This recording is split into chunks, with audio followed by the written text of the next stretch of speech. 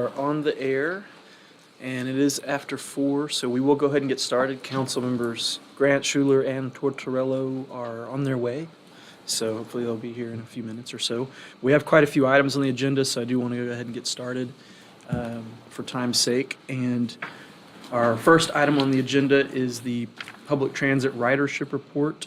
I also want to note that Scott Sturts is giving the presentation for the form-based code, infrastructure analysis, and Cedar Lane, and has requested if we can give back-to-back presentations. I don't have a problem with that, and Councilor Peacock doesn't either, so. Thank you. So we'll go ahead with the public transit report, and then after that. Thank you, council members. I'll be brief as always because I know you have many other things to talk about. For the long-range plan and route changes, we kicked off work on the remodel for the transit center on March 1st. That was the first official day we started work. In that time, about halfway through, we did encounter asbestos-containing material. So we are now working through that process, and you'll probably see more information about that as we sharpen our pencils on costs and delays and different things. So What was it in? What material? the joint compound, so not the drywall itself, but the joint compound, and as well as some, but not all of the tile, the floor tile. I've run into that before on both of those. Yeah. So we are working through that process, and you'll probably see some more information on that as we dig deeper into it and work through it. For the microtransit pilot program, we did release the RFP last Friday, so it is on the city's website. We've posted it on a couple of our agencies that we're a part of, regional agencies, associations, and I've sent it to some that have indicated they're interested. So we've tried to get that out there, and we're working through that process as well in that timeline. Hopefully, we'll get a good response. It's a pretty typical RFP process. They'll submit some questions and respond to them, and then we'll wait on their proposals. And I think the only other thing I want to point out is the ridership for February. It was 29,401 compared to last February, which was 17,425. So quite a big jump from last February. Pretty good increase, and overall, year to date, we're at 207,201, which is a 20% increase over last year of 171,626. So we're doing pretty well in terms of ridership, and I'm happy to answer any other questions you all may have on that or anything else in the report. Looks like every route has increased in ridership, it looks like. Fixed routes and plus ADA, more bikes, more wheelchairs. Yep. Are there any questions from either of you about public transit report? I did notice the work going on at the transit center, and the asbestos issue isn't anticipated to delay it further than you thought, or?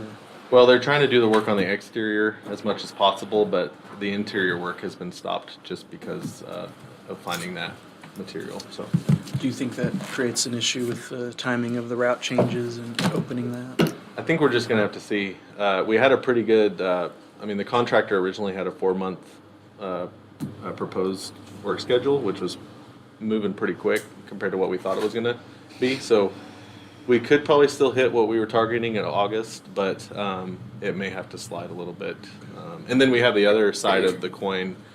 For the route changes to take effect, we have to have all the bus stop additions done, and we're working on those changes as well. So the delay may not come from the transit center; it may come from getting the bus stops done, or vice versa. So those two things are really critical to getting it done. Okay. But we'll keep council informed every month, and if there's a major delay, obviously we'll let you guys know. And we wouldn't implement the route change without the center being finished, would we? No, because the routes are all contingent on us using that. Councilmember Schuler? Are we expecting an increase in cost because of asbestos? Yeah. how much are we Well, anticipating? that's, we're still sharpening our pencils. I'd hate to say any numbers because we're really at the speculation phase, and I need to run that by others and make sure we have it all exactly right. Yeah. So. Okay, hopefully it's not $1 million like it was over there. I Oh, can't it's a- imagine that it it's would not be. on It's a that smaller. It's a smaller facility, Facility, yeah, yeah. right. Okay. Councilmember Grant. Is that what I walked by this morning? Well, Is this that morning you walked by, we were actually talking about the coordination of Porter Streetscape and our facility. So obviously they're going to be putting in a new sidewalk and actually a fifth bus bay right there next to the building. So we have an opportunity to have that next to us off of Porter. So we were just coordinating that as another city project that's going on with our transit facility. So Well, it's very good to see. And I would say I Yeah, have one please, more thing yeah. to add to that because I got looped into a weird convo maybe last Wednesday at the depot. Were you looped into that? It was about the train service with Amtrak and whatnot. And later, maybe it was actually Monday, I ran into somebody who's on the RTA committee who was disappointed where transit center is located because it's all the way on Porter and that is a bit of a distance from the depot or wherever an actual train depot would be because I don't think our historic structure could handle the kind of traffic they anticipate. But I was curious if there would be a way, the reason this person had criticism about the distance between the two was ADA related. So think about our 104-degree weather or our rain, which I had to change my shoes today already for a really deep alley situation. So that was something I did think about as I was walking around today. What would you do if you were in a walker, a cane, wheelchair, or I've seen a kid walking around downtown and he seems to maybe be deaf and also have a walker and somebody with him. So if somebody was on an Amtrak train, got off, how would they get to that transit center? Could we do it of like a loop or some kind of coordinated effort? yeah, we could. I'll go back and review where the bus stops are going to be located around that area. I don't think we anticipated a lot in the immediate area because the transit center is going to be right there where most of the time people can probably walk a reasonable distance there. I think it is 3 blocks to the depot, which is great above what we have right now, which the transit center is just by the football stadium where one route really goes by it. So I think the access to the depot has increased immensely once we do the route changes. I'll look at the bus stops and where the route changes are to see if we could put a bus stop closer Even for be one something bus to get there. Maybe Amtrak handles with a little shuttle between the two if it's really an issue for someone. Yeah. Like they could easily put one in their station, Right. wherever that's going to be. And one reason why we liked this location, because for one, the building was vacant, as Councilmember Holman pointed out when we started looking into it, and had been for a long time, was the proximity to the depot. I know it's 3 blocks, but it is fairly close. Proximity to Legacy Trail, and because downtown generally does have really good infrastructure for walking and biking with the sidewalks that we have. So hopefully, if there are any sidewalk issues between the two, we can correct those, but we'll look at that. We're currently working on the sidewalks on Comanche Yeah. between those 2 points intentionally in preparation. That's this year's downtown sidewalk funding in the CIP. So we're out there working on it as we speak to make sure that's fully ADA accessible. I'd be interested maybe in a future project that might make the sidewalk between there wider and maybe convert some spaces to parallel parking instead of angle parking to accomplish that. That could be something to think about in the future, perhaps. But I was thinking that same thing about looking at the sidewalks and the ramps and everything and making sure that was all up to grade with ADA standards. Councilmember Schuler? I don't remember if you were on Councilmember Grant, whenever we were discussing where the locations would be, and there were multiple, options that were identified. Right along where the depot is on like James Garner and the adjacent, was identified as a potential. But the way that it ended up being configured was not something that we were, wanting to move forward with. It was like there was a robust discussion about that being a potential location for a transit center. And so I don't want that to get lost in this conversation too, that like there was a vetting process. Yeah. And maybe this individual doesn't know that, or would need to kind of be This given person information. probably does. Okay. They're on that RTA committee. Yeah. But, But that wasn't, the RTA committee wasn't involved then. in necessarily like what I we. don't want to give them away, but they've been around a minute. That's fine. I'm just saying, that was our internal They're on the chamber. transit study. To be Yeah. fair, the depot was the number one choice, maybe like a linear bus station, but we looked further into the bank property, and it seemed like it was more acceptable to go forward with the bank property at that time. Yeah, and I personally don't have a problem with where it's at. I just I do see the point of if you weren't as able-bodied, it is a bit of a trek in inclement weather. Yeah. So, Sure. I think too that the location there at the old bank building has been looked at as being not the long-term solution to transit in Norman, that based on its location and availability, get us through 10, 15 years Right. at a point where the city of Norman at that point would need to be looking at a different. bigger type Yeah. facility somewhere downtown, I think. Yeah, the site really accommodates us now based on the number of buses we run, but if we expand in the future, I think we'll need additional space. Right. Yeah, and basically at the depot is like gonna remove most of the existing green space and all the trees and Yeah. require the James Garner statue to be moved Yeah, there's a, to do it there, and could have created quite the, I think, traffic situation on Jones. Right. there. Well, and Porter will be interesting too, because you're gonna be working around those dairy trucks. Yeah, the alleyway. So, but I do think Porter is more of a big thoroughfare for that kind of thing. right. Uh, And, Good and to your points. point about Amtrak and RTA, we'll just have to evaluate the depot when those improvements come along, because there may be a need to, I mean, obviously the depot is a historic structure, we can't necessarily do a major renovation, but we may have to think about what does that look like having a RTA and more robust Amtrak station there or in that general location for people to use restrooms, different things like that, ticketing, all that stuff.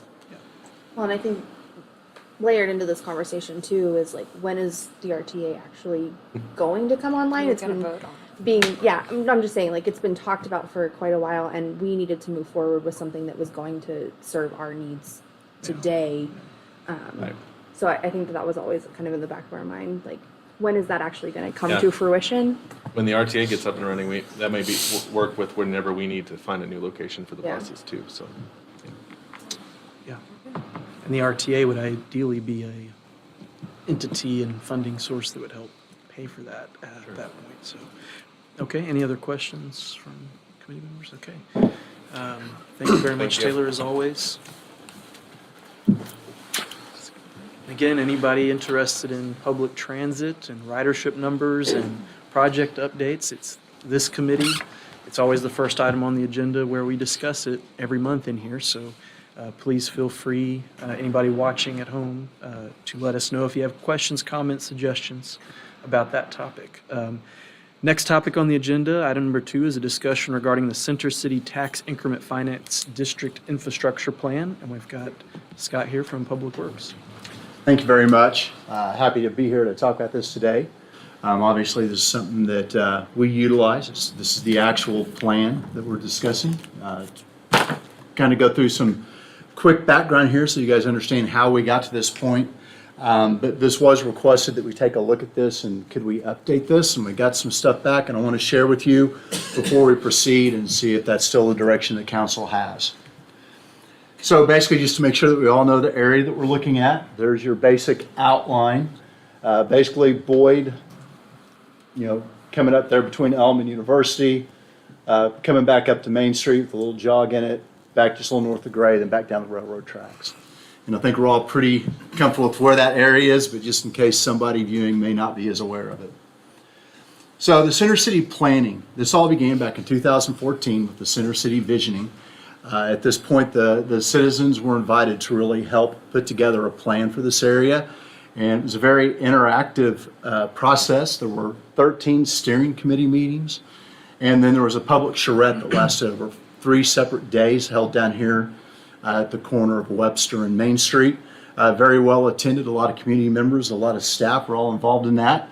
And then there were also other public meetings that were held along with that. So a lot of public input, a lot of effort, and a lot of time. I would just note too, that's the corner of Boyd and Asp, and it shows Boyd Street as being a 3-lane street, and bike lanes, and building up, of course, but keeping with the look of the buildings that are there. So just note those things. Thank you, Scott.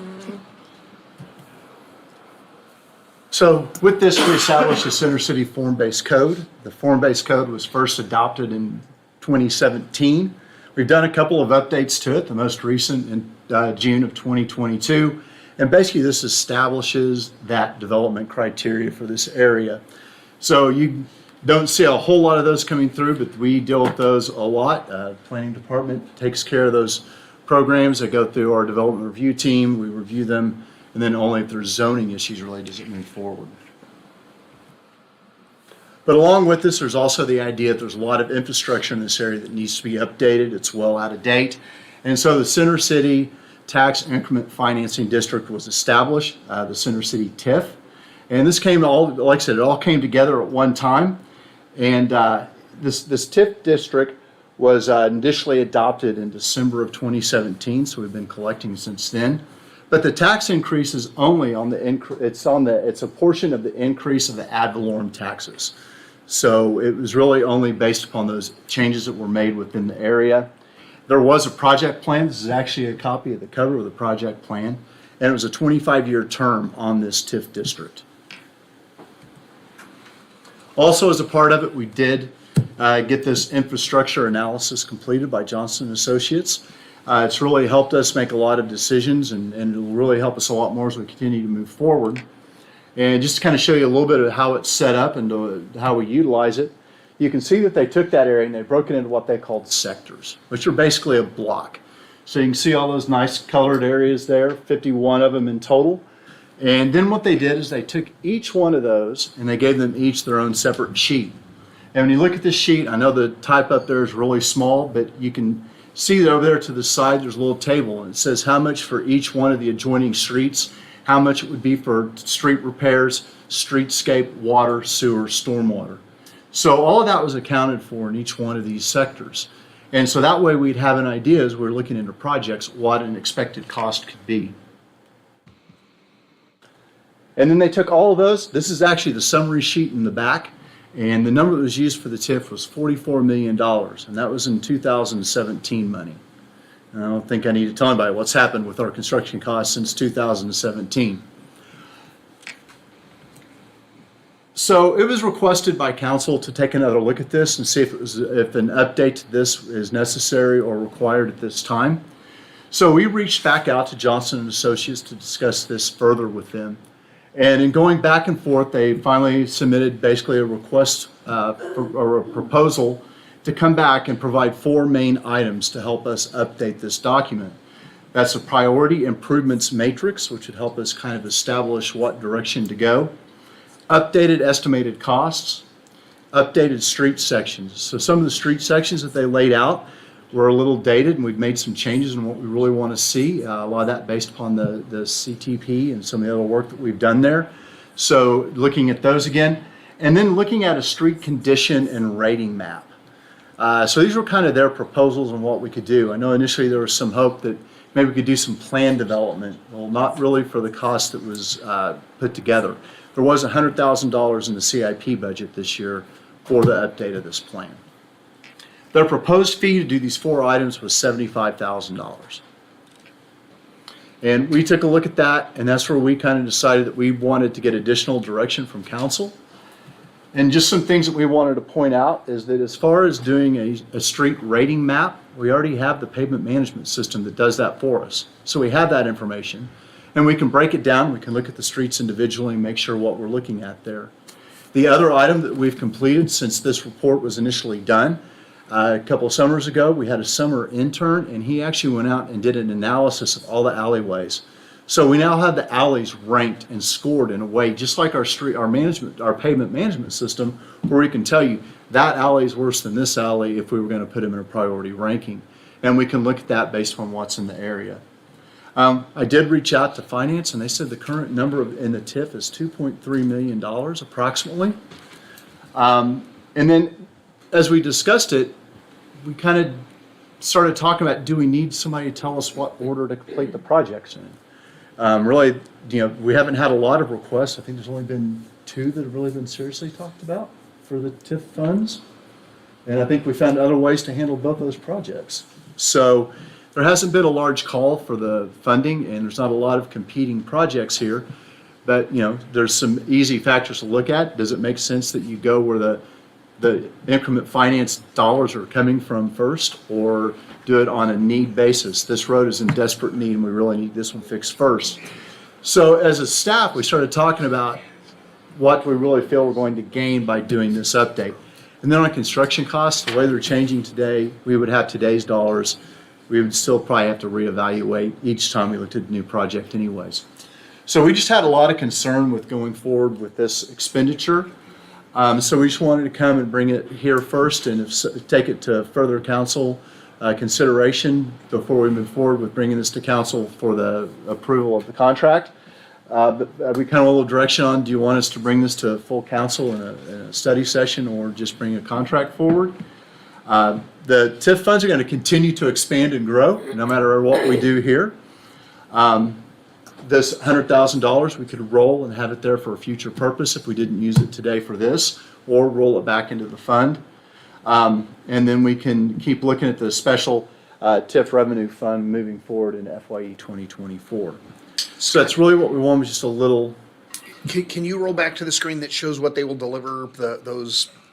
Yes, sir. So, and that the conversation began with the desire to see that priority improvements matrix. That was kind of the genesis of why we reached out to make contact with Johnson Controls, or excuse me, Johnson and Associates. But the other elements, since some improvements have been made, they do seem to fall in line, and I think would support next steps in council's ability to implement the public improvements. Where do we need a bigger sewer line, or a bigger water line, or a bigger storm drain line, or new drop inlets? And as density may continue to grow in Center City, to be able to prioritize that and not have to redo a step, 5 years later, would be mission critical from staff's perspective. Councilman Grant. Waiting.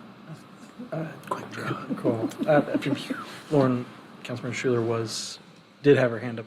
I wasn't sure if you still had I'll it. let her go first. And then Councilman Schuler, and then Councilman. Mine can be quick.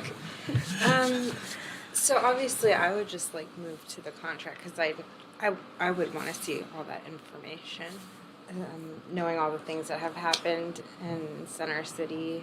I'm thinking of the rail house, but other things. If you took that pathway, then you would do a study session on those findings, or would it come back to a committee? Well, probably what would happen is we would, once we awarded the contract, they would complete the contract, provide the new data, and then we could have a study session with council to discuss what the findings were from that, obviously. Yes, And ma'am. that would help shape fiscal year 24? I don't know that it would be difficult to have this in place for 24 Okay. at this point. By the time they had time to do their analysis, get a report, bring it back. But Is that a year? worth of it's not a work? year. They didn't really give a time frame for it specifically, but it'd be a tight schedule considering that we're already into effectively April by the time I would be able to get this on a council agenda. And that'd only give them a couple months to put a lot of data together, and it'd be very rushed. The first report was pretty hurried because we were coming up at the end of what we needed to complete. And there were some things in there that we worked with them. We got a pretty good report, and I thought it's well done. But I'd like to see them put a little more effort into some areas to make sure that we're getting better data. Good news. On I know exactly where I can see it. if let's say December, we had this wonderful document, since those TIF dollars kind of sit in their own checkbook, council would have the ability at any point during next fiscal year to say, let's go ahead and advance that project out of TIF dollars available to us. So don't feel locked in that we have to wait until the next budget development cycle. If there's a project on that list that you see we need to go do, we'll be able to bring you an appropriation to spend those TIF dollars at any point during the fiscal year. Okay. And that's it. For me. Thank you. That's for sure. Okay, so I guess I want to make sure I understand what staff is recommending, because the next slide, it's the way that I was understanding your presentation was that most of the things that they're saying that they can do, we can already do in-house. So, Yeah, What- that's how we feel about it. okay, so basically you're saying we shouldn't spend the $75,000 for them to do analysis that we can do in-house that we or have already done. Is that That's kind of, that's, for this price, we're not sure, but we want to make sure, obviously, we'll go with the direction of council. Okay. But we I feel that just- we can provide these services in-house at Would this it time. be the same time frame as the Johnson Associates? Like, how long would it take staff to do the same? Well, we work? already have so much of this in-house already, so really, it's not that we would put together a new report, but if we wanted to say, what's the street that's most in need of repair, we can pull that up today. I could have that, we could have that within a matter of minutes. Or which alleyway is number one in the Center City District, we can pull that up quickly. I know that utilities can do the same thing. We can make those decisions very quick as far as if you said, let's expend funds, where's the most need? The question would come, do you want to go to where the worst location is or where those funds were accrued from? So Sims and Apache area, that kind of block, there is pretty well developed out. Do we want to expend funds there or in an area that might be coming on a development? So those to me are the kind of decisions that we'd be wanting to make as we evaluated locations to expend funds. right? So I guess my question is like, because I want to see this work done and moved forward, because I think that that's really ultimately what we're trying to figure out is like, how do we move projects forward? How do we prioritize? How do we start kind of implementing what was laid out in this? But I also don't want to spend $75,000 when we don't have to spend that. Like, I don't know that we need them to do it. So is there, like, what is the path forward if we just do it in-house? How do we move kind of the conversation about figuring out where we're prioritizing starting projects? When does that start? Like, I want to see the timeline of that. Does that make sense? Like, don't necessarily want to spend. Staff will probably give us a presentation about We Yeah. could certainly prepare Findings. what are the top the update. the top 10 needs in each one of the categories and bring that back. And, I think you'd like to see, especially if you're going to be doing water and sewer that could be impacting the street, you want to be doing those together, not independently. So if we looked at and realized that there was a spot where there was a water line that we know is having concerns and that street also needs to be worked on, you'd put that together and you'd work that street together as well as coming in and completing some of that streetscape opportunities. Part of the issue too is when we start looking at the streets is if we were going to be building those, we'd like to put in the parking that's called for in the Center City Form-Based Code. And if you have forward-facing driveways that haven't been restructured to have their access from the alley, how do you do that? You can't take away that person's access. So that's where you start kind of getting into a little bit of Yeah. tug and play Chicken back and forth. But, we as staff do this all the time with our maintenance funds where we look at our priorities. We know where needs to work. We use the pavement management system, for example, to set what the next 5 years of maintenance bond program will be.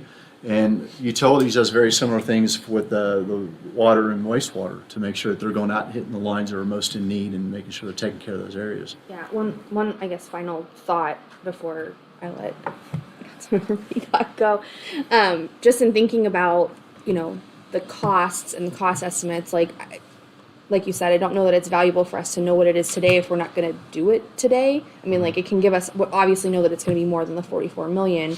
But I think it also, in my mind, speeds up like us having a priority list so that we can get projects done as we have the funds to do them, because that's going to lessen our costs over time as opposed to just waiting for, you know, money to kind of flow in. So if we have the, I guess, priority list as we move forward, then we can start tackling these things.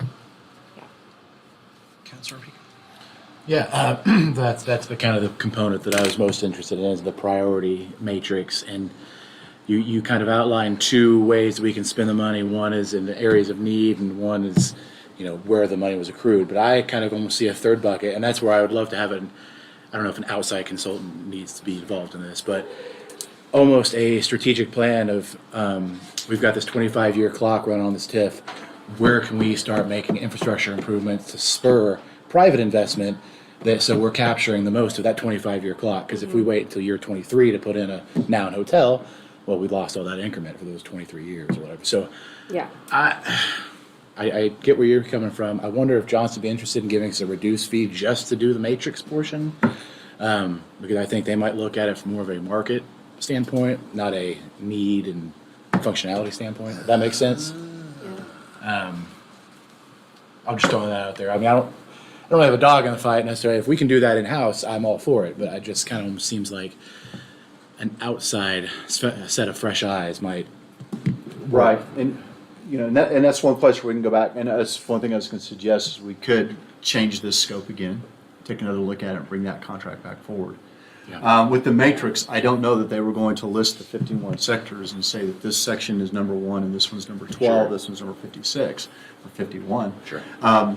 But because that's a lot of data input. Absolutely. But I think that what they're going to do is give us a way that we can help put together a ranking system, I think is more of what the matrix was going to be. Okay. So I don't know if they were necessarily going to supply The matrix. a matrix of I'm with you. roadway block by block, 1 through, because I Like think when you get down phasing to it, it winds up of- being about 200 road sections, because there's Right. 4 on each one. Okay. So, or Because 100. that's actually the piece that I'm most interested in. Yeah, I don't, Yeah. I never got the feeling that they were gonna supply a list of, you Okay. need to do 1 first, 2, it was gonna be more of how to help get a selection process. Okay. I can go back to them and discuss that with them and make sure that I have that Yeah, understanding. even if they're willing to help us set up the framework to you know, so we can identify it in-house. I don't want to miss this opportunity. I know every day, every month we wait, we're just losing Yeah. Yeah. increment dollars, so, yeah. Well, and when I heard what the number was, I think my initial response was, wow, we need to Spin get some that. projects rolling. That's right, that's right. Yeah. Spin that. It actually jumped Yeah. fairly recently, that last assessor's Well, roll. I mean- It's now starting to materialize. There you go. I would note that when we passed it by an emergency clause so that it would capture, that's why we did it December of 19, or so, when we did it, because we were capturing that entire year, because stuff had already started being developed that year. Right. So, Councilmember Grant. Kind of interesting thought about developing and all that and catching money. So could that align with a place that has great need? You know, like once you improve an area, it's more attractive to build there. Sure, I think so. You look at what Oklahoma City has done, and that's exactly what they've done. They've taken areas that were like needing a little bit of a push, and they just injected some steroids into it and got over the edge. And you know, now you see there was $100 million in TIF. You're seeing $300 million in private investment coming along in that, and so it's just very cyclical in nature. Infrastructure is an incentive. If that's a hurdle the builder doesn't have to address. I know incentive is a 4-letter word, but if we can generate additional TIF dollars to go and do other projects and do other incentives, and that's the whole point of this system. Self-fulfilling It really is. prophecy. And the intent of the TIF, the Center City TIF, was to be for infrastructure-based Right. improvements. To say, we've improved the sidewalks, the pipes, the street itself, so that now it's ready for you to build, or you invest your money into the private land there. So, Or, you know, at the time, we thought that it would be a block. We didn't think it was gonna be Right. lot by lot. We thought we'd be seeing blocks at a time. And we could come in, and when they said, okay, we wanna do this proposed project, and we say, great, we can fund these improvements Right. alongside of your work. Yeah. And so I think that was part of the thought too. Maybe that is from part our- of the process going forward, though. I mean, we identify a block that's the most promising block, and that's the one we start with. I'm not really I'm not really sure what it would look like, but So maybe go back with a reduced scope to that one suggested item. Staff can work on updating the rest of it, and then whenever ready, we take a look at it. And I like the third bucket idea. I do like the idea of somewhat of a needs base too, though. Like if there's an area that's like crumbling, an alleyway that's falling apart, then I would want to get that fixed before updating a sidewalk that's already in okay shape, So- but isn't brand new. like you said, I think if they go hand in hand, that's even better. Maybe a Catherine question. If a water line ruptures and it's older infrastructure in this particular neighborhood, is the replacement of a water line a TIF eligible expense, or only if we were going to expand its capacity? I would say, if it's a replacement to what is spec in the Johnson plan, which is typically not great, then yes. But it's not intended to be used to repair Maintenance.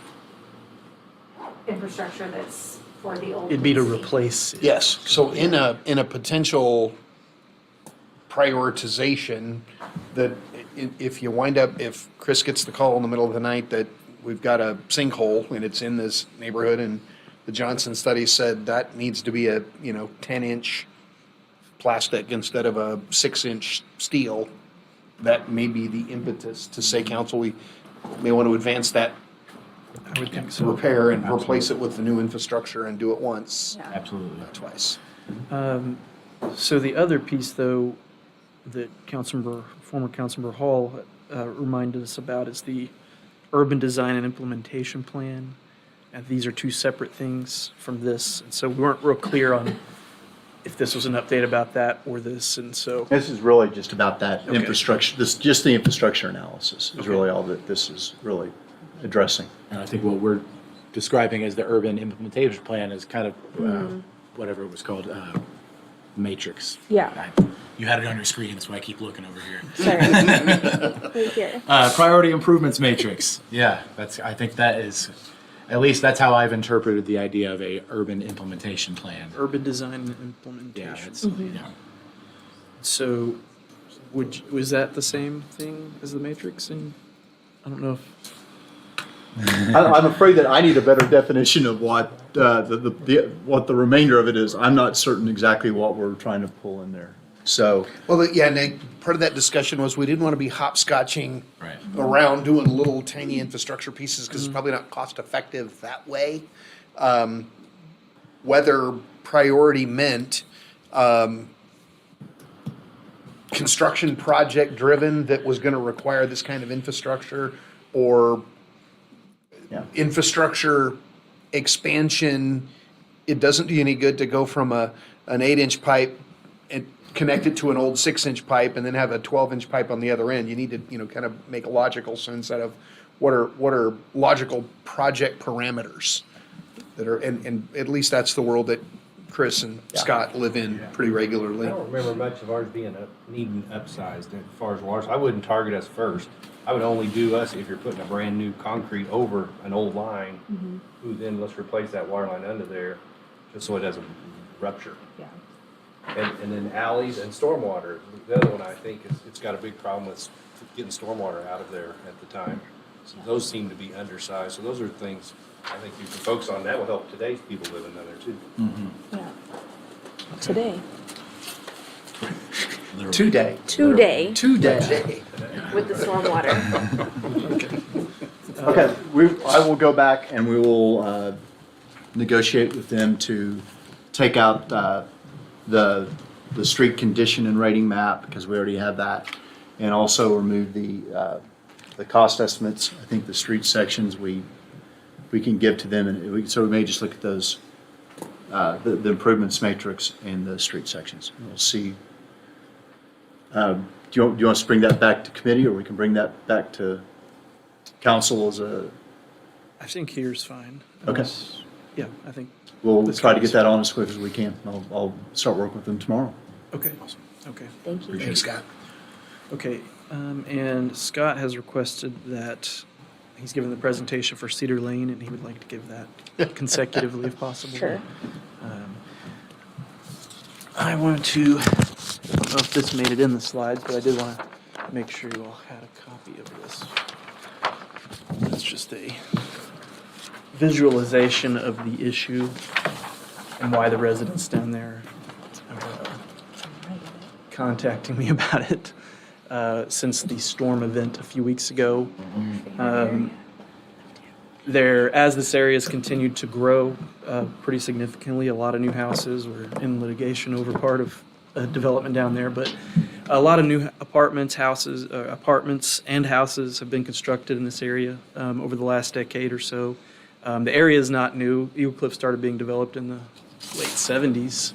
And so when I first got on council, this was something I was contacted about a lot because it used to just be two-lane country roads with a four-way stop sign at 12th and Cedar Lane. And one time when I campaigned, I just stood on the side in the ditch with my sign because the traffic was backed up all the way to Highway 9 at 5 o'clock. So they all had no choice but to stand there and see me. So, since the widening projects, the voter-approved bond projects that widened 12th Avenue and Cedar Lane a few years ago, the kind of calls about the access issue to the Eagle Cliff area have calmed down. But after the storm event a few weeks ago or a month ago, and Highway 9 and Highway 77 both being impacted with closures and narrowing and complete detours and things like that, there was a pretty significant issue with people getting in and out of the area. Traffic was backed up from Highway 9 to the dead end of 12th Avenue, which is near Post Oak, that's a mile and a half or a mile and a quarter, I guess. So, and then to exit through Cedar Lane, there is a railroad crossing. So, if there were ever an emergency with a railroad crossing, the only way out of this whole area, if that were a necessary event, would be through 12th Avenue at Highway 9. And so, the connection to Cedar Lane West, or connection of Cedar Lane West to Jenkins has been a topic of discussion for many years. And it has kind of renewed the calls from residents in that area to take another look at it or get an update about it. So that's why I wanted to get this on here so that we could discuss it, get a refresher, an update for everybody that might not be familiar with it, and why it might be needed in the future. And so I appreciate Scott preparing some information to share with us. And I've got to be honest, I didn't have to do a lot of preparation because we were actually approached by a developer a few years ago requesting this exact same thing we're discussing today. So we'd had quite a bit of time put into it, so I was able to pick that up, brush it off, do a little update on it, and bring it to you today. I will say that I actually lived, I think, in Section 1 of Eagle Cliff in my young married life, so it was a lot different back there when it was a two-lane road. Yeah. So kind of want to start off and just show you what we're talking about here because there's a lot more, there's a lot more to it than just punching a road through to Jenkins. And part of that, and it doesn't show up great here, and I apologize for that. But if you look, I'm going to start down there in the lower right-hand corner. That's the intersection of 12th and Cedar Lane. So as you start and you're going west along that roadway, the south half is built out, the north half isn't. It's still Bar Ditches Country Road. So really, to make this function, we feel that would want to be expanded and brought up to an urban standard. And then where that dead ends, which is right at the end of the Independence Valley entrances there, that is currently all we have there is statutory right-of-way, and there's no roadway through there at all. So to do this, we'd have to gain more right-of-way. In addition, the right-of-way there on the south side of the plant there, that doesn't have the right-of-way either at this point, so we'd have to get that from them also. So there's a lot of right-of-way that we'd have to obtain to do that. And then the other item that you might notice there is that big blue line that goes through the middle. That's Bishop Creek. Mm-hmm. And I'm going to show you some pictures of what that would look like. That is a major bridge crossing. I would say it's probably the main reason why this project has never been done is yeah, the cost and the short distance and yeah, it seems real easy, just drive a And road until through there. 10 years ago, 15 maybe, the old section of Eagle Cliff was all that was down there. There were no apartments. Cedar Lane neighborhood did not exist. Monterey did not exist. Independence Valley did not exist. And South Eagle Cliff did not exist. And Cobblestone was very new. So there was not anything, there was no real demand until it started growing so much, I think. So then as we continue on across, you get to the intersection there, down there in the other low, that's Jenkins, Bratcher Minor, the drive down to the gun range, all of that is right there. That all is at one exact location. And I got pictures of that and why that creates a little concern too. And then you go back up, as you're going north, back up to Highway 9, that's currently a 2-lane road. So maintaining that as a 2-lane road wouldn't make sense if we're building a more current roadway, as well as all the traffic that's going through there already with the trash trucks and all the other trucks that are going down there to the compost, to the, there's a lot of, let's call it industrial activity there that's the city's behalf. And then there's also issues there at Jenkins that we think would have to be addressed. So there's a lot to it and a lot of options. Is Bishop Creek a blue line? I know you just said the blue line. Absolutely. Okay. Yeah. Like as in terms of the EPA and all that. Yeah, its waters the U.S. Yes, absolutely. We'd be looking at a bridge structure that would span it. That's why I was asking. So, yeah. Yeah. And I've got pictures of what it looks like upstream to show you kind of the breadth of what we're looking at. Okay. Thank you. So I kind of went through those real quick there. I don't know that we need to do a whole lot more here, but it's there if you want to look at it. So when we started looking at the Jenkins existing conditions, of course, it's minor arterial. It's 60-foot right-of-way right now, and it's a 2-lane rural road. We think that if you look at the Highway 9 and Jenkins Avenue intersection, there's not a lot there. We need to do some expansion, especially to the south, so we think there'd be some need here. There would obviously be increased signalization, as well as probably some additional lanes added, especially to the south leg. So there's work that we know would have to be there, and that would have to be coordinated with ODOT. So this is that intersection I was talking about at Cedar Lane, where Cedar Lane would meet Jenkins, literally right there. And that is where Cedar Lane would be coming through.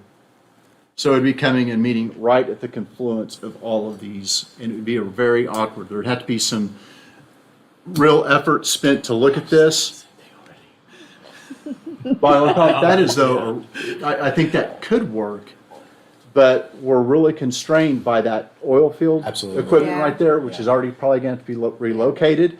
We have just completed building a large solar array in this exact same area. We have the water reclamation plant there. This is a very active area. It's not just open land right here. Yeah. But this is a problem and something that we're concerned with that we think would have to be addressed, obviously. This is just kind of showing you what it looks like today. So that first, you're looking south, and then kind of looking back, that's all of that equipment, and you can see all the overhead power lines. That's looking back to the east at all of that.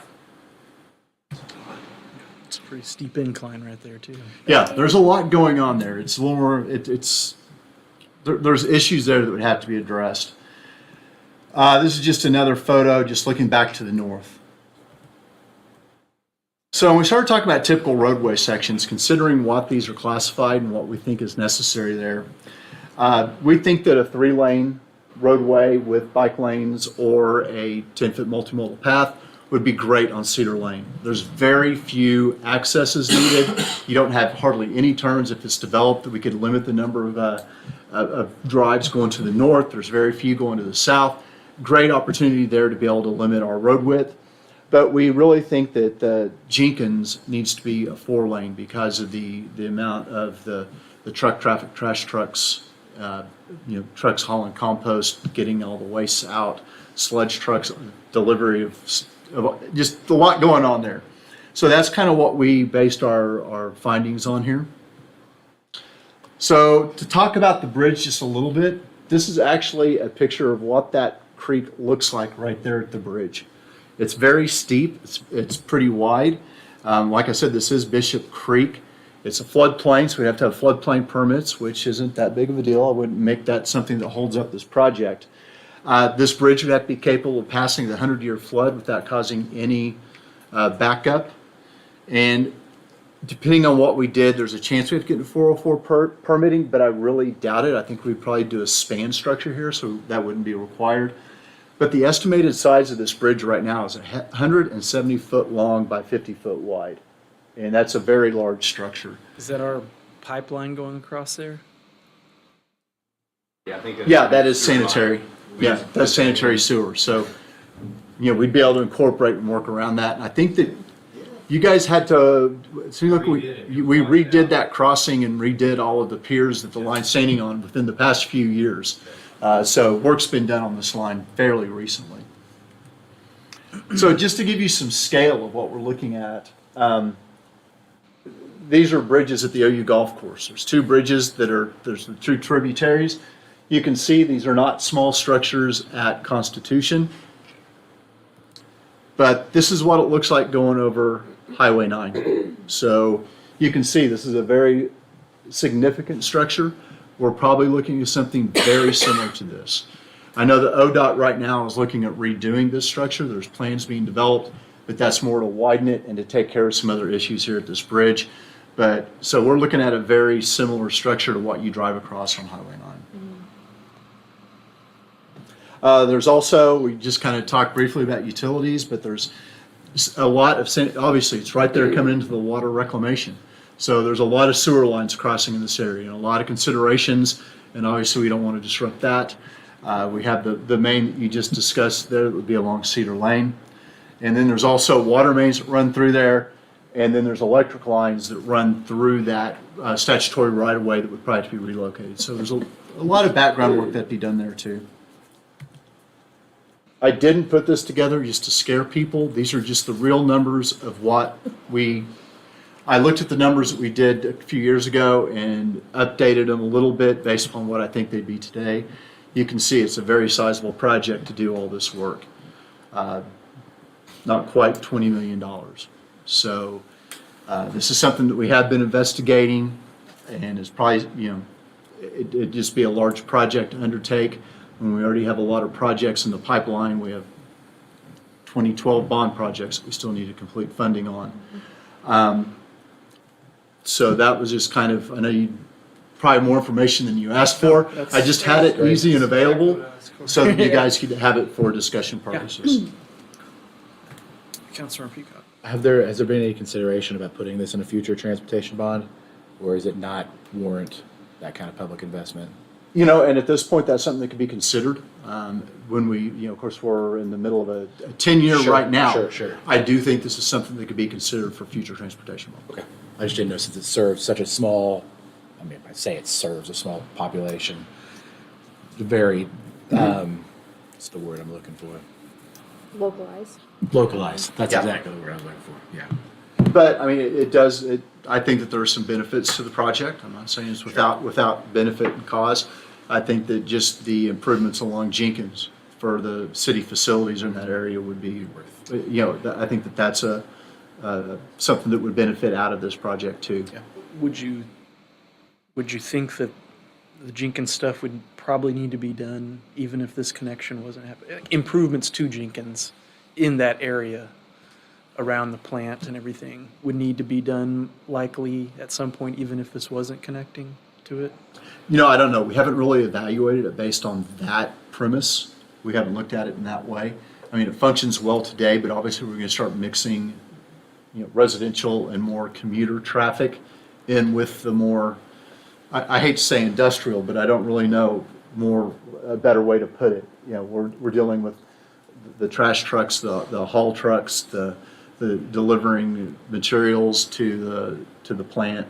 So there's a lot that's there today. I'm sure the police would love to have an easier route down there. But we would have to really figure out what we would do at that intersection with any kind of improvements that we would do there. That'd be some consideration there. One of the issues in this area of Norman is that it's like multifaceted. So Cedar Lane doesn't connect to Jenkins to the west. 24th Avenue doesn't connect to Cedar Lane from Highway 9. 36th Avenue doesn't connect Lindsay to Highway 9. So there's multiple section line, what would be arterial roads otherwise, that do not connect. And so it creates, Yeah, zigzag. everybody's got to get on Highway 9 or Highway 77, and not just in Eagle Cliff, but in other areas of that south of Highway 9, basically. And so it's created quite, as that area is now growing rapidly, it's creating kind of a situation. And like some have pointed out, folks are choosing to move into that area knowing what the situation is. But you know, And just as a reminder, we have two projects in the current bond. One is to go from Cedar Lane continuing east past 36th to widen that to 4-lane and improve that intersection, which it was fun when I was riding my bike through there. And then also to go north 36 to Highway 9. So both those are in the current bond program, which obviously changed the traffic flow in that area some too. We have had some recent communication with the developers of St. James Park, about what may be able to be done there.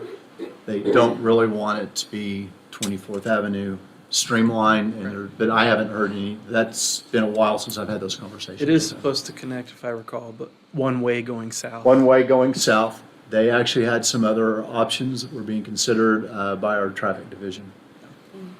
Well, I appreciate the, did you have, I appreciate the information and the update. I think it's something we'll have to keep looking at as this area, like I said, continues to grow. And we kind of got a glimpse of what it could be like down there if there was an emergency. Like I said, it was backed up for more than a mile. People were taking more than an hour to get in and out of the neighborhood. And there is a senior living center down there now at the end of 12th Avenue and Cobblestone. And so I think it is a small but probably potentially very significant and important connection for future transportation, Norman, because I believe it also, our trail system has a legacy or multimodal path going and connecting to Jenkins, which then connects to the campus and as well, so it kind of ties together in that way. Councilmember Grant? Just curious what kinds of funding sources could be available to a project like this. I noticed that you said all of this work would have to be coordinated with ODOT. Is there state funding that could be sought after, or? We are turning over every rock that we can find to find any kind of funding. And we're having struggles finding funding for local communities. The ACOG funding, I don't think ACOG would, I think it'd be like most of our other projects right now. They really aren't looking at rural connectors. They're looking at more urban type of projects now. But we're always looking at all of the grant programs that come out. I'm not aware of anything off the top of my head. I've seen some stuff for some grants that have to be associated with state highways. But they were more for industrial access, I was trying to get it to tie to Cisco and the airport, and I was having trouble getting that to even qualify. So while there's a lot of funding that's being discussed, getting down to the local level is proving to be a little more difficult for communities of our size and our structure, it seems like. And I would note too that we've discussed connecting 12th Avenue to Post Oak Road before as well to the south, but that project also would require a bridge, maybe not as big as this one, I'm not sure, but would still require a costly bridge connection and wouldn't solve the issue of the railroad crossing being blocked if that were the need for the exit. So And the grades down there are, yeah, it gets pretty, and half the street is in Noble, so. Yeah, so there's a lot of, I was Post Oak actually, Road, the middle of the road is Noble That's on the this side, split. Noble on this side, in that area. Okay, well, I just wanted to make sure everybody on council currently was aware of this situation down there, and this is a very good visual representation of how all these streets all end up in this one single intersection and then get dispersed from there to either Highway 9 or Highway 77. So that's a pretty helpful, I think, image of the situation there. And especially since all of this is Developed. going to be developed Yeah. potentially and even more Developing. potentially. So thank you very much, Scott. I appreciate your work on this, and we'll, for the residents in that area, we will keep this on the radar of the city. It is in our long-range plan. I actually did have one more question, Scott. I'm sorry. The right-of-way thing I noticed, you were up on this first slide. The backyard fences in Eagle Cliff are in the right-of-way. It's, Yeah, they've extended, it seems like, I would have to look at that again, but it does seem like when we were looking at this, that a lot of them had kind of extended their backyards. In fact, I know in my yard that I had there, my gas line was in the dead center of my backyard, and I think that's because it was extended out into right of way. so that would be a potential issue, is that folks might lose their, part of their, what they think is their backyard right now. Yours to begin with. Fascinating how Well, yeah, that but happened, have that but, conversation. It's not easy. and then, and there is right-of-way going west to Jenkins, it's just maybe not enough, is what you're saying too. It's 60 foot, it's 66 foot statutory right of way. So, But to build a 3-lane road with the bike lanes or with the trail or with sidewalks, 66 foot's a little tight. That would be a minor urban arterial, which would be a 100-foot right of way typically. okay, so the potential to have to acquire some property Right. from, okay. All right, thank you, that's all I have. And yes, we will keep this project on the radar, and encourage anybody that lives in that area to contact me if you have any further questions. Our next item on the agenda is a discussion regarding current parking and towing policies in Norman. So I'm not sure if we have someone from staff to talk about that, but I know that several of us, including Councilmember Grant, maybe specifically Councilmember Grant, have been experiencing issues with our towing policy, what it is, and disruptions taking place on Main Street and Gray Street with cars getting towed and street being blocked while they're trying to get it towed, and expired tags, and what's the policy on how you get towed for expired tags, and kind of that whole gambit of that type of issue. So awesome. Major Shattuck here with us today, and Captain Optus. Captain's still right? Yes, yes, sir. Okay. All right, so I don't know if Councilmember Grant has some questions that you want to start off with. I guess I was gonna ask, do we have discretion to just ticket for an out of date tag, or do we have to tow? So state law, what that says is they have 90 days to go off and get their tags taken care of. I'll go through and I'll read through state statutes if it's a must. I only asked that because a business owner emailed and said state law does not require law enforcement to tow on first contact with expired tags. They have this discretion. But anyways, just curious if that's true. Yeah, so I can tell you with our parking service officers, state law gives them 90 days before we have the capability to go off and tow. Our parking officers don't go with the 90 days, they go with 180 days. So if it's 180 days out, then at that point, they will go ahead and tow a vehicle. So that's double the amount of time of what state law allows. And 180 days expired.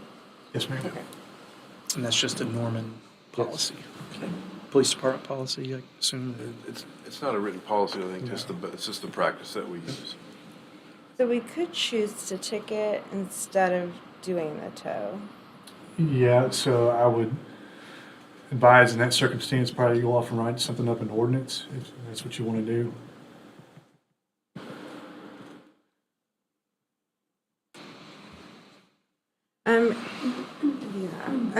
I've just heard some interesting stuff from different business owners about the kinds of hurdles this has created for people who may be visiting and traveling through and then have to go through this whole process.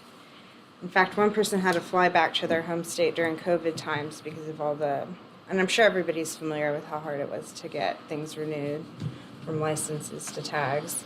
But fly all the way back home, get it done in their home state, and then come back and get their vehicle out of impound. So it seems a little ridiculous because it's not really.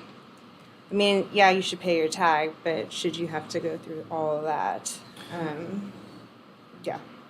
So I know that we've given, especially with COVID in mind, we've given a lot of grace to the public. We haven't gone off and done the impounds during that time period and even afterwards. But you know, like I said, once 180 days hits, I mean, from that point, that's when we start looking at it. Some of the vehicles that we're seeing are like 2 and 3, 4 years outdated that we're coming across. And so, you know, I understand, especially during, you know, 2020, 2021, that they're not able to go, you know, go down to California or Texas, wherever it is. And you know, we've given them, you know, that grace during that period of time. But when you have tags that are 2 and 3 years out of date, and some of these states require inspections on their vehicles to make sure that they're have the capability to get on the roadway safely, those things weren't done. If Oklahoma I could used to. speak to the prosecutor standpoint, we've, you know, people set court dates for these oftentimes, and they'll come in, and what we're looking for generally is compliance. You do see some that are many months or years out of date. But oftentimes we have college kids who are from out of state, maybe mom or dad didn't get it done before they came to college. And so we look for compliance, but we listen to those stories and act accordingly. The problem really is, once you go to get your tag renewed, if it's really expired, it's very expensive, and that is set by the state. And so that's a hard hurdle for people. It's $1 a But day. the longer it's expired, the worse it gets, the more expensive it gets at the state level. It's $1 a day, right, in Oklahoma? Mine got out of date quite a ways, and I didn't realize it was a $100 fine. Yeah. Wow. On a 20-year-old vehicle. So oftentimes we'll dismiss tickets if they get their tag updated, because the goal is compliance, and we know it's really expensive just to get the tag updated. Would an ordinance that just tickets, like, would that be a bad thing to do? Not necessarily. I've got the statute pulled up. It's not mandatory, but the state does mandate exactly what happens when you tow a vehicle and what all has to be shown. A lot of the hurdles are also not just getting your tag up to date, but you have to show proof of insurance. So if you don't have car insurance, you can't get your car back. You have to have a valid driver's license. Sometimes that's an issue. And so there are a lot of hurdles for some people who let the tag go and maybe have a suspended license, or they don't have insurance, which you can also get a suspended license for. You know, it becomes a cycle.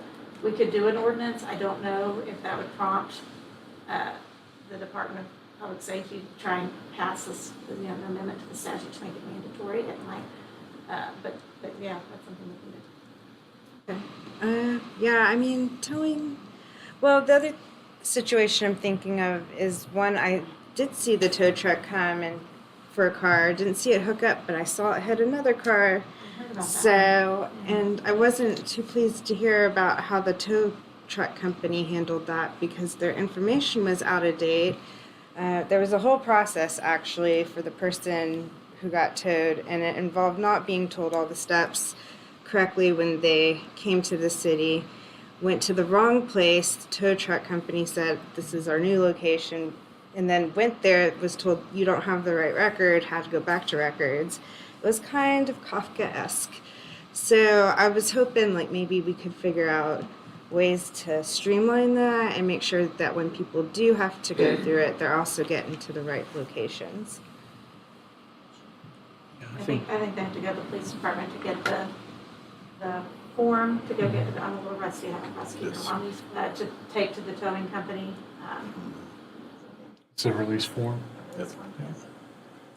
And is that process clearly written out for someone to know what they're supposed to do? Or do they have to rely on just someone at the desk to tell them, or? Yeah, typically what ends up happening is the person that receives the ticket and the vehicle's being towed from is they usually receive a pamphlet that explains these things.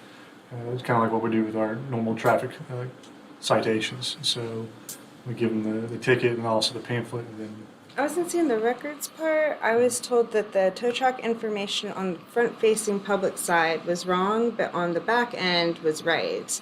okay. And so then you're relying on the person who's sitting behind the counter to always remember to correct that information that's wrong on the front, and that didn't happen. So Was that information that was incorrect, was that a tow truck yes, document? I or was it, told they had like pamphlets and cards and stuff, and that was the one to go to. And also in this rundown of things that I guess our city switches, like we don't always use one particular tow truck Correct. company. Rotation, don't we? So then that introduces the, do we have the right one into the equation when we're sending people through this process? Well, in So- addition to that, once they go up to the police department and they go to, pay the fines and get the release from the records clerk should be able to tell them right then and there which tow truck company it was that has their vehicle.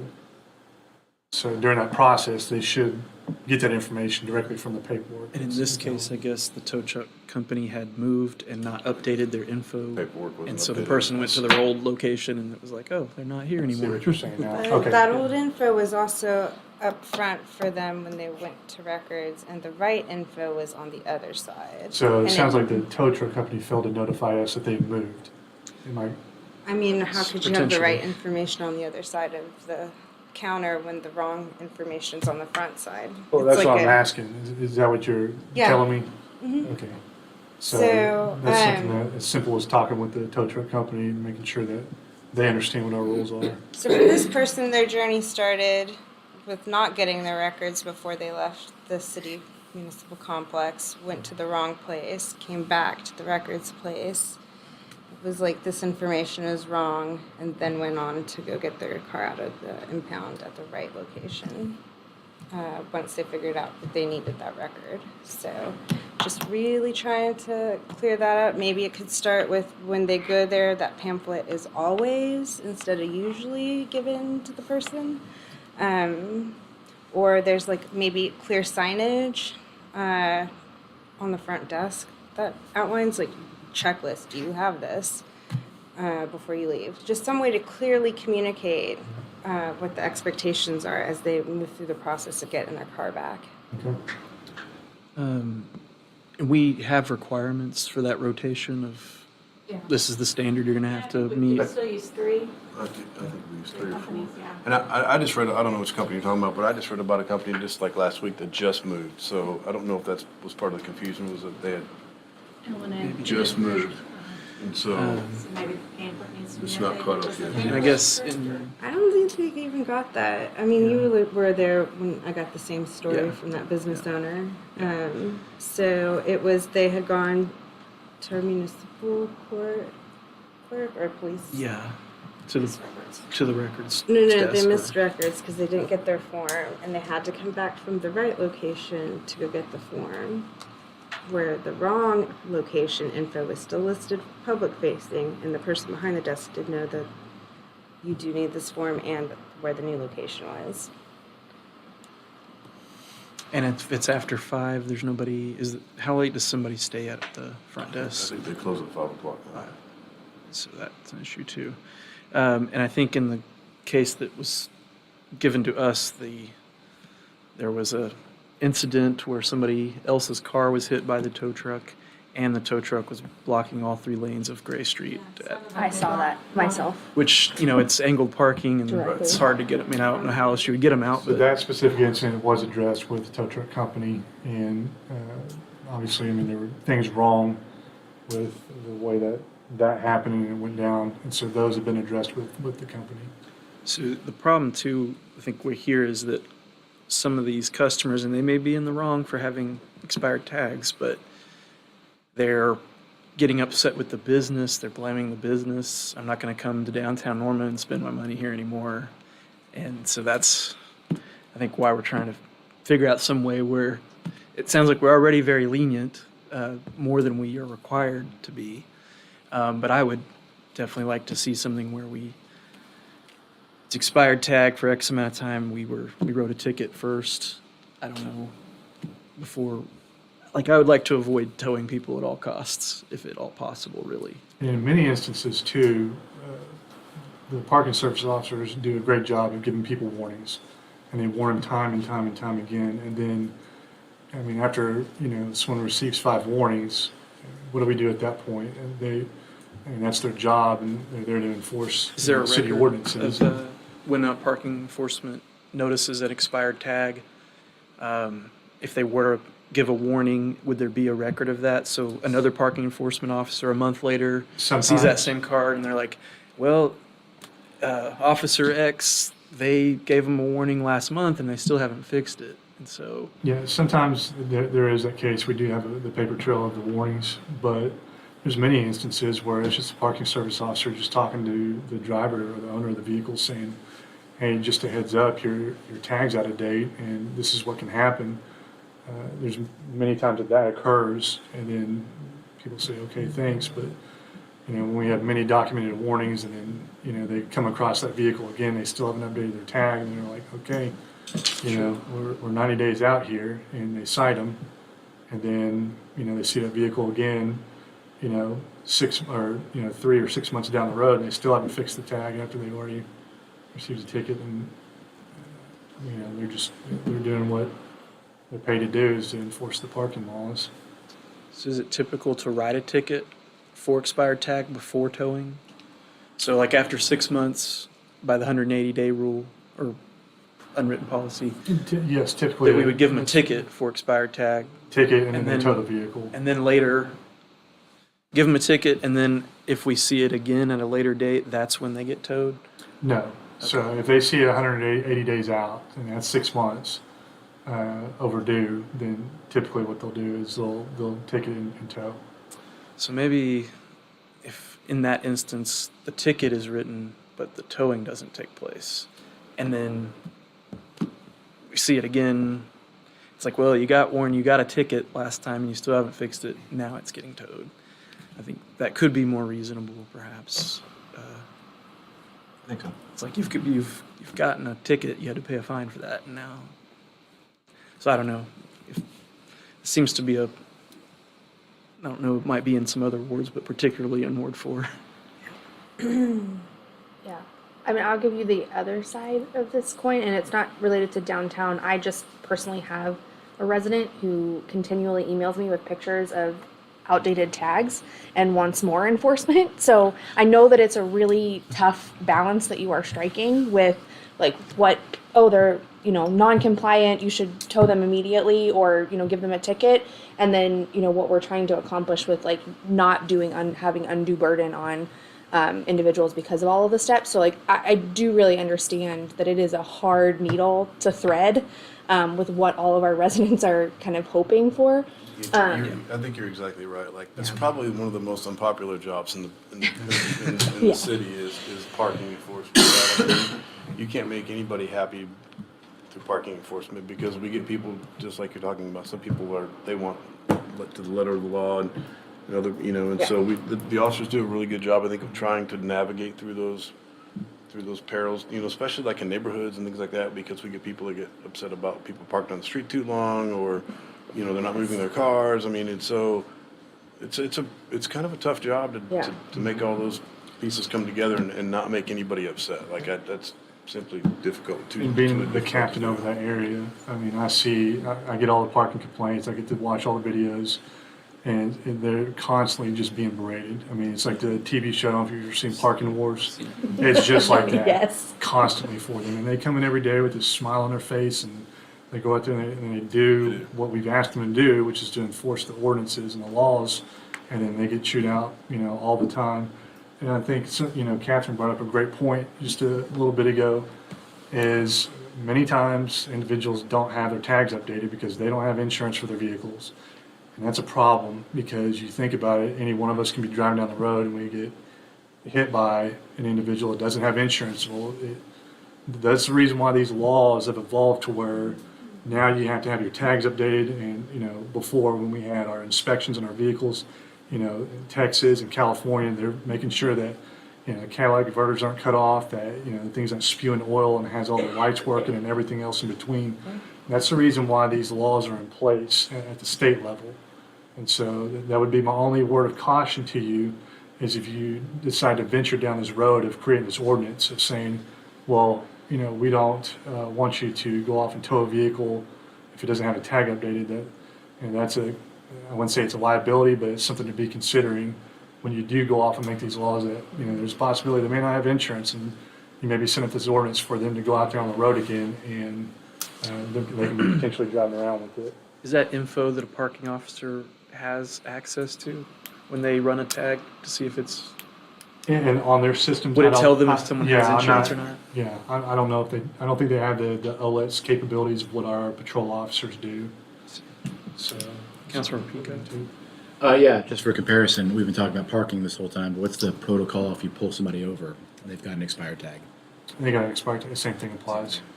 90 days, do we give them a grace period at all, or With them, it's a little different situation? yeah, that's it's a why- different situation. Like, I'll tell you, like, I've had something where it was past 90 days. It was a single mom, and she was like legitimately going to Walmart to get diapers for her kid. And I can tell that she didn't have any money. I'm not going to tow her vehicle. You know, she's working, she's trying to provide for her kid. Like, that happened years ago. That happens to a That lot happens of probably officers. more often than being more stringent as the officers see the situation that the individual's in, and they try to minimize, cost to them if Well, I mean, possible. as a human, I appreciate that. I mean, I know that's not your job description, but it's definitely appreciated. Yeah.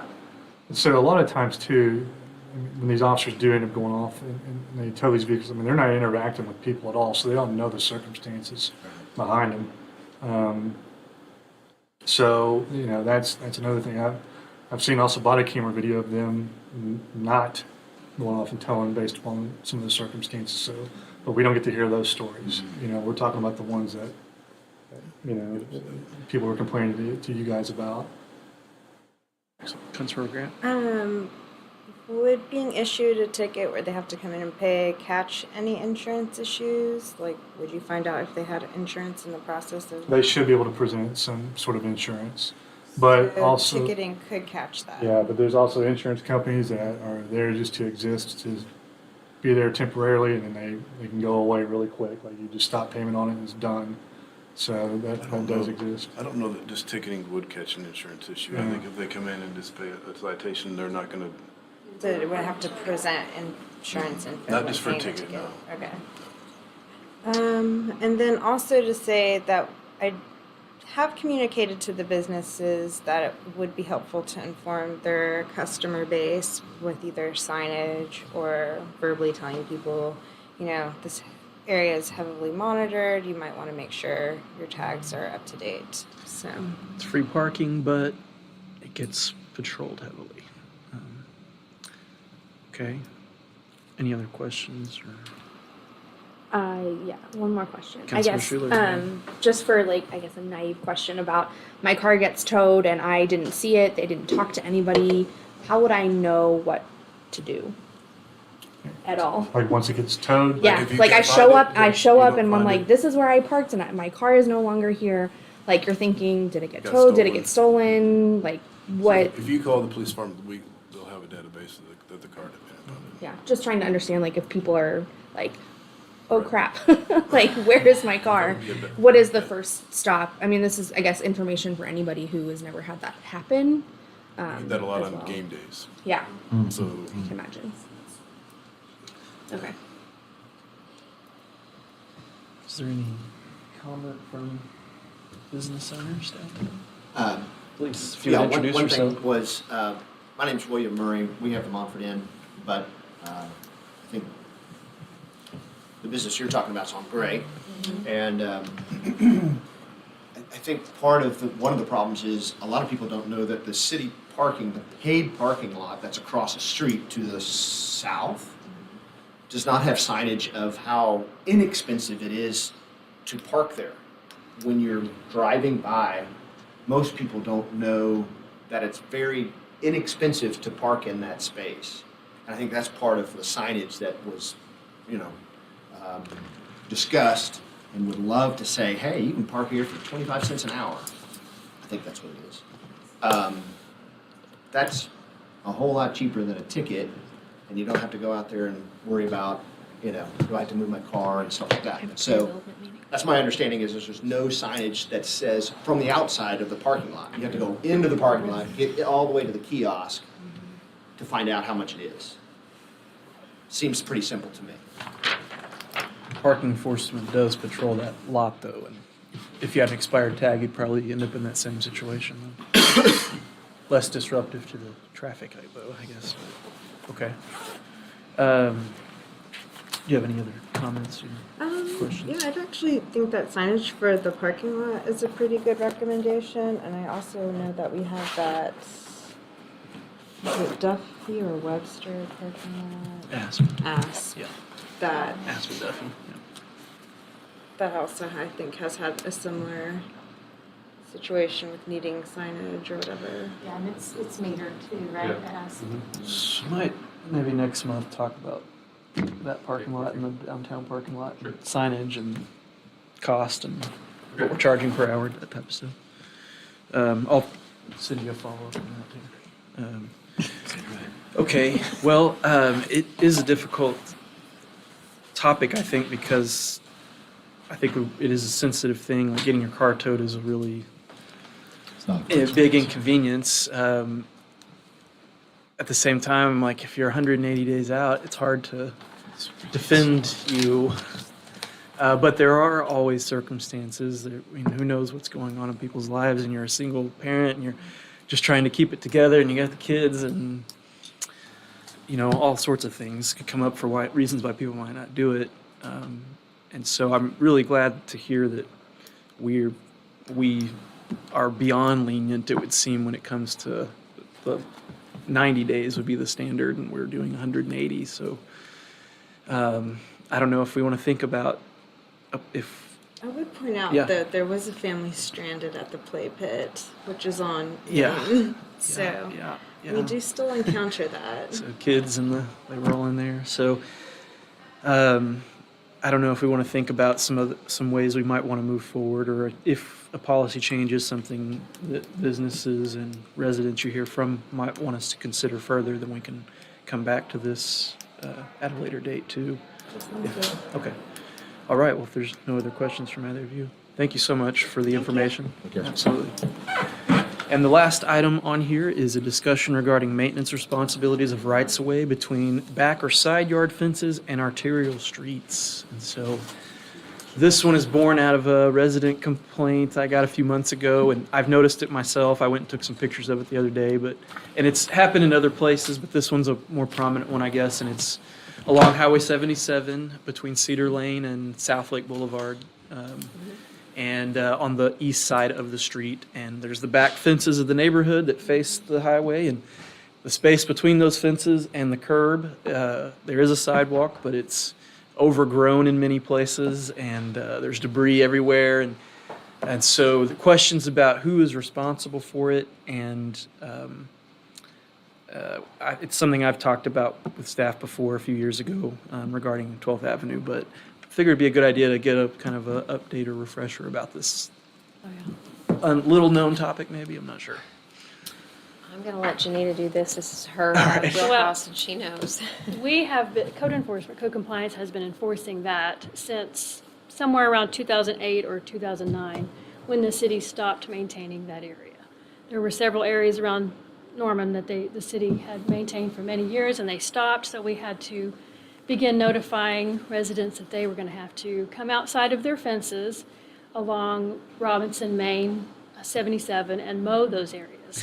So my coworker, Stephen, I was just texting him, he frequently has to send letters to those folks and ask them to mow. He also carries a weed eater in his truck in the summertime, and in some of these situations, he just hops out there and mows it, knocks the weeds down himself quite often. But in those instances where we send letters, he gets pretty good compliance from what he said. But if they do not comply after the 10-day notice, our recourse at that point in those situations is to file charges on them in municipal court. Whereas if someone has an alleyway where they have access to their backyard or something like that, and we're asking them to mow that strip of grass, we can send our contractors out to abate that. But in these other areas, that's not been our policy. After we had some discussion with legal when this started back in '09, when we started really enforcing this more, the individual doesn't have the same usage of the property, and so we were advised at that point, rather than abate in those situations, to file charges on people. Okay. But from my gathering, from what I've gathered, and I don't have too many of those areas in the part of town that I work, and I have pretty good compliance with folks when I send them letters. If I have a particular property that backs up to Robinson, it's vacant. It the owner of that property had not been maintaining the entire yard very well. So we were asking them to mow, and they weren't mowing, so we were coming out to do that. So when we have to mow the entire parcel, we would include that area back behind the back fence along Robinson as well. But those are the only times that we had mowed those areas. Well, the complaint that I received was from an elderly resident who is in an electric scooter and has found that when she tries to get to the Walmart, that Difficult. is difficult because of the debris on the sidewalk. There's lots of like gravel and dirt and then it is currently today very overgrown, even on like between the sidewalk and the curb, and then between the back fence and the sidewalk, both. And so I personally find it unreasonable to expect that someone that and this is part of the design of these neighborhoods, there's no direct, you have to go through the whole neighborhood to get back out to the main road. To expect someone on Shadow Street down there in Southlake to push their lawnmower all the way through the neighborhood, around to their arterial street, and then push it down the side of an arterial street, and then just mow their back section and expect every single property owner in that area is going to do that, I don't feel like that's practical. I don't know what the reasons were back in, I know there were some tight budget issues back in the late 2000s that the city was dealing with. And so I don't know if that had anything to do with it, but it has felt to me as impractical. And the result that I've seen, at least down there on Southlake, is that it just doesn't get done and it looks really bad. It just looks like blight and the HOA, I don't know if, I think is defunct. And so, Yeah. and the same thing was with Eagle Cliff on 12th Avenue, south of Cedar Lane. Right. Was that a lot of back fences back up there, and there's no functioning HOA, and there's renters now a lot in those those older subdivisions, and they have no clue that, I've got to go around here and the street.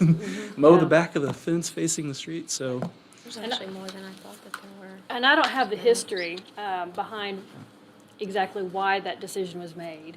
I'm sure we could dig it up, but I don't have the history of why that was changed in the 08, 09 timeframe. But I understand, we hear that quite a bit from citizens. I So feel like we do try to yeah. work with them, and then, that's why my coworker has just tried to knock down as much as he can, because he's well, run and I into feel some like of it's those. unreasonable to expect our city staff person to do that. If it's not like his job to mow that. True, You true. know, I appreciate whoever they are that they are doing that, but it's not. Yeah, it seems like Parks could just go in and do the whole strip, at least on Robinson, where I'm thinking that's, Well, you now, just- I know along Southlake, in the Southlake Edition, there along 77 right before game days, I know in the past, a couple of times, the city has, Public Works has come in and knocked that down. And that's who used to maintain those areas, was Public Works. But, it's a tricky one. And that one, I'm not real sure, I haven't looked at that in a long time, that area, but I don't know what the condition of the sidewalk is even in. That might be something we might need to. Sidewalk seemed in okay shape. Okay, It just okay. is got so much, like parts of it are wider than the other because the overgrowth and the dirt Right. has covered it up. Right. So I would definitely like to make a request that we trim the side, or not trim, like get the trimmer and Yeah. you know, Clear the edge the sidewalk. sidewalk and get that cleaned up so that people with accessibility issues can for sure get through there to the Walmart and everything. And there's more businesses opening up along there. We got a rezoning that's across the street from there coming up that I'm getting, Rashard and I are both getting messages from neighbors in the South Lake area about that one. So, And I would like to see maybe some cost, what it would take, because I just feel like the cost of like filing charges against someone and litigating it and get it following up, it's just like, it almost seems like we are doing more work than if we just went out and did it. So maybe if we could get some idea of, it's something I'd be willing to look at a budget item for, to, just general maintenance of the city and it looking good and not having to rely on each individual property owner that backs up or just renter that, We keep talking about the SEC, and it's the first thing you see when you get out of the airport is Robinson. Yeah. Driving down Robinson and all those fence lines, just, it And we've Yeah. been It's in trouble terrible. because some people mow it very quickly Right. and some really drag it out and wait. Some like to edge, some don't. right. And so it's kind of a mess. And then there's a stretch along Robinson there where Hayes Street backs up to Robinson. That's the one I'm thinking of, It exactly. can look pretty bad. The city planted a lot of trees in the right of way. I don't remember how many years ago, and those citizens don't do too well with weed eating around them or making it look nice, and it's a mess. It's a Yeah. mess. When I knocked doors in that area and had a few people extend the offer to, hey, you can put your sign out behind my house, on Robinson, and it was a chore just to walk. I mean, just to walk my sign around, let alone a lawnmower and all the equipment that you would need to go. I mean, it was just doesn't seem like any. it's- We didn't always allow fences and gates along those back fences either, and that was Really? something that was changed To allow for. in 2007, I want to say 2008, somewhere around the there. same time, to make that access easier. Mm-hmm.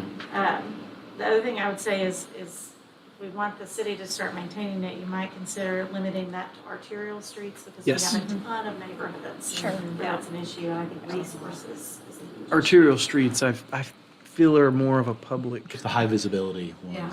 a public thing, and just like I'm not a big fan of having subdivision neighborhoods and the whole arterial road is nothing but back fences facing the street, and then those fences start falling apart in South Lake. I took some pictures of several fence panels and high winds, storms just went through there, but some of it didn't look like it was newly falling over. It looked like it had been falling over for a while. And again, that's an older subdivision neighborhood, and just all that whole point about connections and designing new neighborhoods, making sure that there's ways to connect and get people places. So that's something. The sidewalk, would the sidewalk be our responsibility though right now to make sure that it's clear of debris and overgrowth that's taking over the sidewalk? It would be us asking the citizen to do that. That's how we've been operating since this was changed. So we've had a couple of instances where the grass and everything has just kind of taken over and blocked the sidewalk. So if someone was in a wheelchair or something, they were going to have a difficult time, and we've worked that as an easement obstruction as well. Well, And come in and try to do that. In this spot, it's a 6-lane street and it's a highway, so the speed limit's 50 miles an hour right through there. And so it's, and the sidewalk is right on the street, so Yeah. it's not a 10-foot sidewalk either. But I think it might be wider than 5. So, but part of it's covered up by the overgrowth and everything.